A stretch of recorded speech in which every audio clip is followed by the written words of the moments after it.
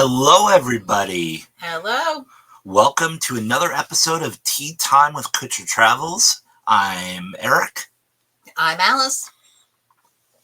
and on today's episode, we're going to be talking about a recent cruise that the two of us took on Harmony of the Seas.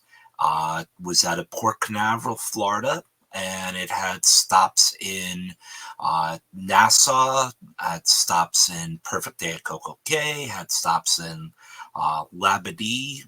So it was Jamaica. and Jamaica. Yep, can't forget about Jamaica. Mm-hmm. And just wanted to bring on some more information about that ship, as well as some of the stops that we made along the way.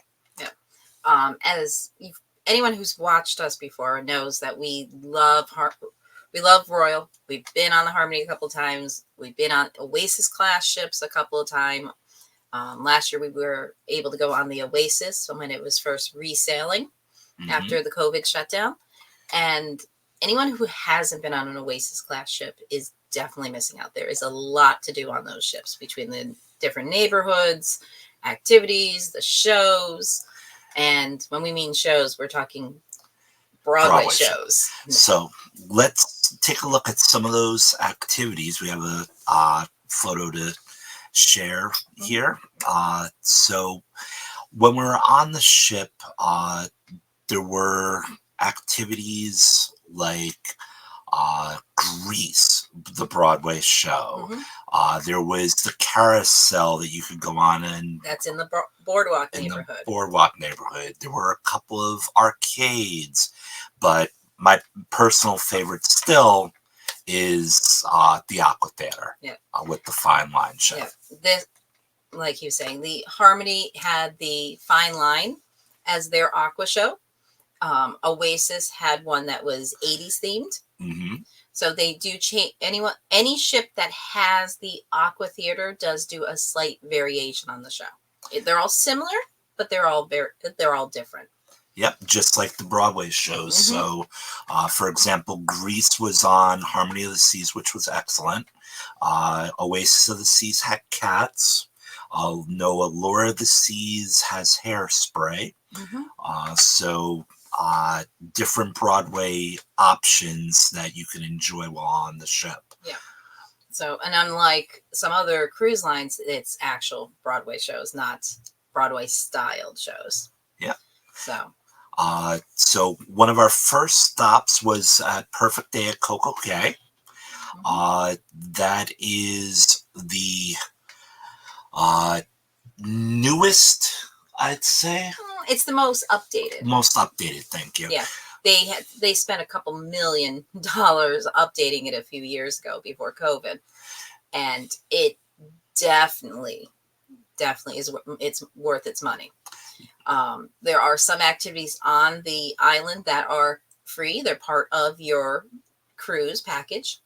Like, for example, your drink package, whatever you have on the ship, carries over to the island. Yep. As well as things like the Oasis Lagoon, which is the largest freshwater pool in the Caribbean, as well as obviously a couple of the beaches you can go to. There are the Cocoa Beach Club, which is an extra cost. Yep, we didn't do that this time, but we have done it in the past. And that is an amazing thing. You get a nice meal to it. I think last year when we did that, the beach club, we had like filet mignon for lunch on the beach. Here we did the snack shops, a couple places like that, the buffet, and basically we just kind of grazed when we weren't in the pool or in the ocean. Yeah. Like one of those signs that I love, the "Don't feed the animals, they've already hit the buffet." So yeah, and in the center there you have the water park. That is an extra fee. Yep.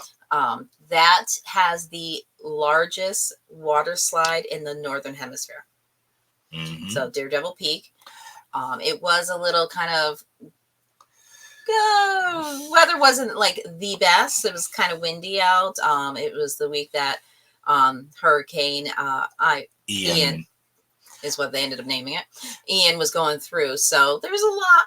The weather wasn't the perfect weather, but it was still better than if you were at home, kind of deal. Exactly. Plus, we were able to get up, get out there, hit the Oasis Lagoon, spend time on the beach, grab something to eat at the buffet, and be able to get back to the ship before the rains really kicked in. Yeah. On that day. So, perfect day at Coco Cay.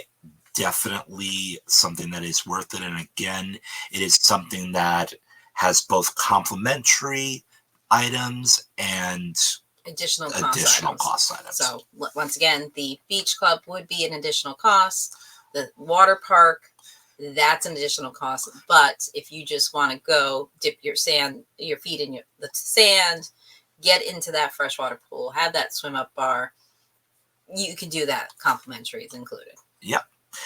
Our next stop along the way was at the Green Grotto Caves in Jamaica. This was an excellent excursion that I would highly, highly recommend. Basically, you get a tour of these caves, and what was one of the things that they had in there, like a bat thing or something?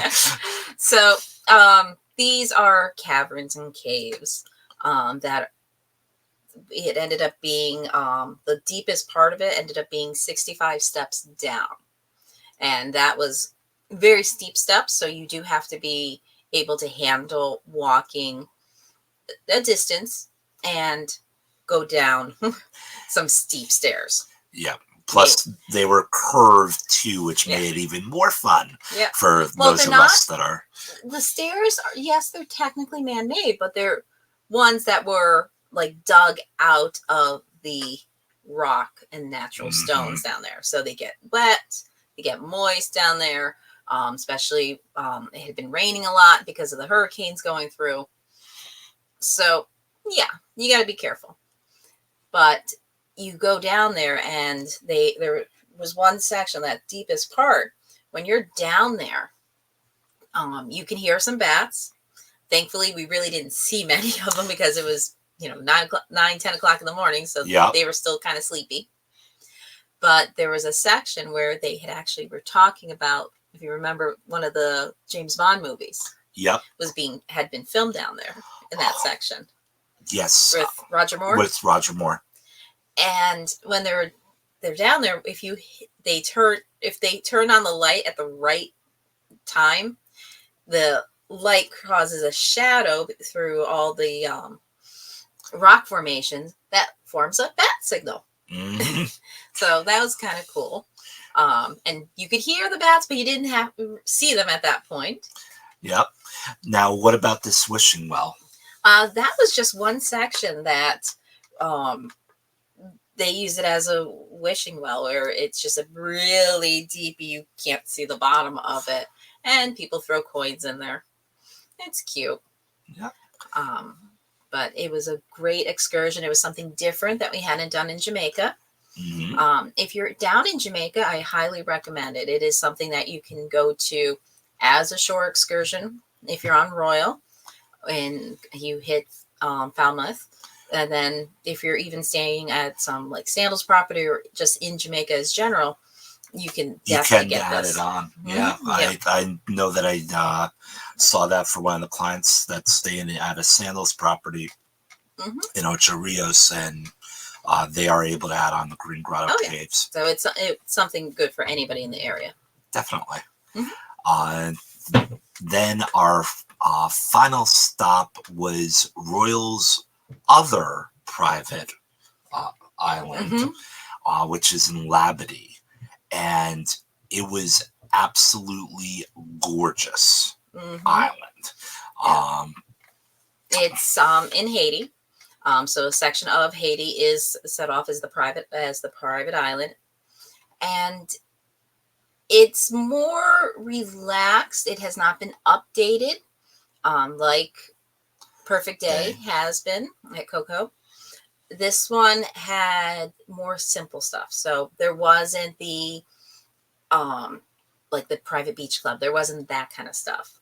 It's when you get off the ship, you have some stuff to do. You can get on a tram and it takes you to the other end, so you don't have to walk the whole way. Tons of beach space. I believe they had some that were adult only. Yep, they had one that was adult only. They had one that was a little bit rockier than others, but the adventure area. Yeah. And in that adventure area, or called Adrenaline Beach, they had the Dragon Tail coaster, which if you get the opportunity to get an all-day access pass for this, it is totally worth it. Yeah. Basically, you go up and it is right in the mountains of Haiti, and you go up, and at the top you get to see the ship, you get to see the island, you get to see some of the wildlife that's in the trees.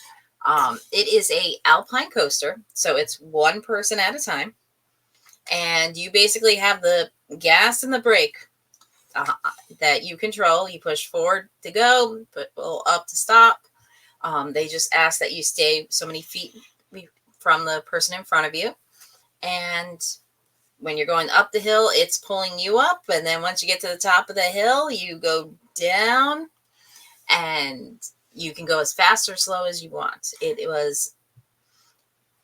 I like it. I went a little slower because to me it felt a little rickety because I was like right there, the edgings and stuff, but it was perfectly safe, and it was a great experience. We did it like four times with our each. Yep, we did 4 times each.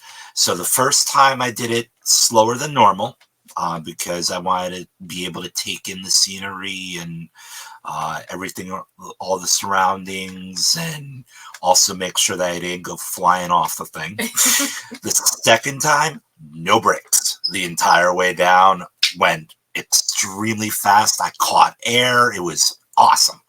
Then the third and fourth times were a little bit of an in-between, those two. So something where, and the all-access pass was relatively inexpensive too. Yeah.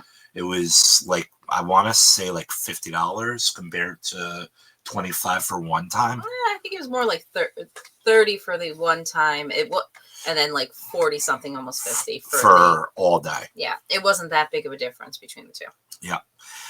So, and again, it was really neat because it was our first time actually at that private island.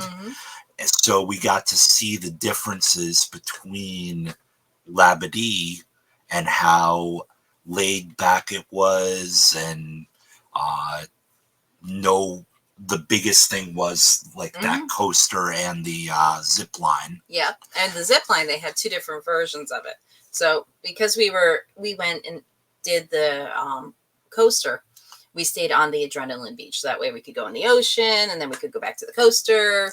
We were also right next to the buffet, so we were able to kind of hop between the 3 locations. And once again, your drink package carries onto the land with you. So you're able to go to the bar there and get whatever your drink package is. So, but basically when we're on the coaster, when you're going up, when you get to the top and you're about to go down and you're able to control yourself, you look over to the left, and right there is where they're getting on for the zip line. And for the zip line, they had a couple different ways to go down. You had the flat, like a Superman. Yeah, so you're looking like you're doing a Superman impression. And then they had some where they were in seats. So they were sitting up and kind of like look more like you're on a swing, but you were just zipping down. And then when we went into the ocean, they were coming over us because of the way the beach was set up. Yep. So they were able to go over it and hit the inland there. Yeah. Plus, in that section of the ocean, there was also a swim up bar. Yep. That you could get to as well. Yep. And then there was rocks keeping a lot of the heavy waves out. So it was a nice, comfortable way to do it. Definitely. So, And that was about our cruise. yeah, we did, when we did go to Nassau, Bahamas, we did go and check out the Sandals property on site. That's in Nassau or in the Bahamas there. Yep. So that was a beautifully done resort, the Royal Bohemian. Yep. I always confuse the name there. And it was beautifully done as well. That had remodels done recently to it. Gorgeous. Food was amazing. But then again, the food on the cruise was amazing too. Yeah. So, but with that Sandals visit, unfortunately, we ended up there in the worst storms. So we didn't get to experience a tour of the Sandals property, but we definitely got to eat like hobbits. And, thanks to the weather, we ducked in during one rainstorm and ended up at their breakfast buffet, and then went out when the rain slowed up enough to be able to temporarily stopped and did a few things, and then poured again and ended up in their lunchtime place. Yeah. So as we stepped in to get out of the rain, they handed us menus and said, "Oh, have a seat. You can graze on something." But it was quite amusing. Absolutely. So again, that's Harmony of the Seas cruise out of Port Canaveral. Thank you so much for joining us this afternoon. And for more information, you could email us at either alice@kutchertravels.com or eric@kutchertravels.com. You, of course, can visit us on Linktree. That has links to all of our social medias, as well as some other information of some destinations we plan. So thank you very much for joining us, and we look forward to seeing you again real soon. Take care, everyone. Bye-bye. Bye-bye.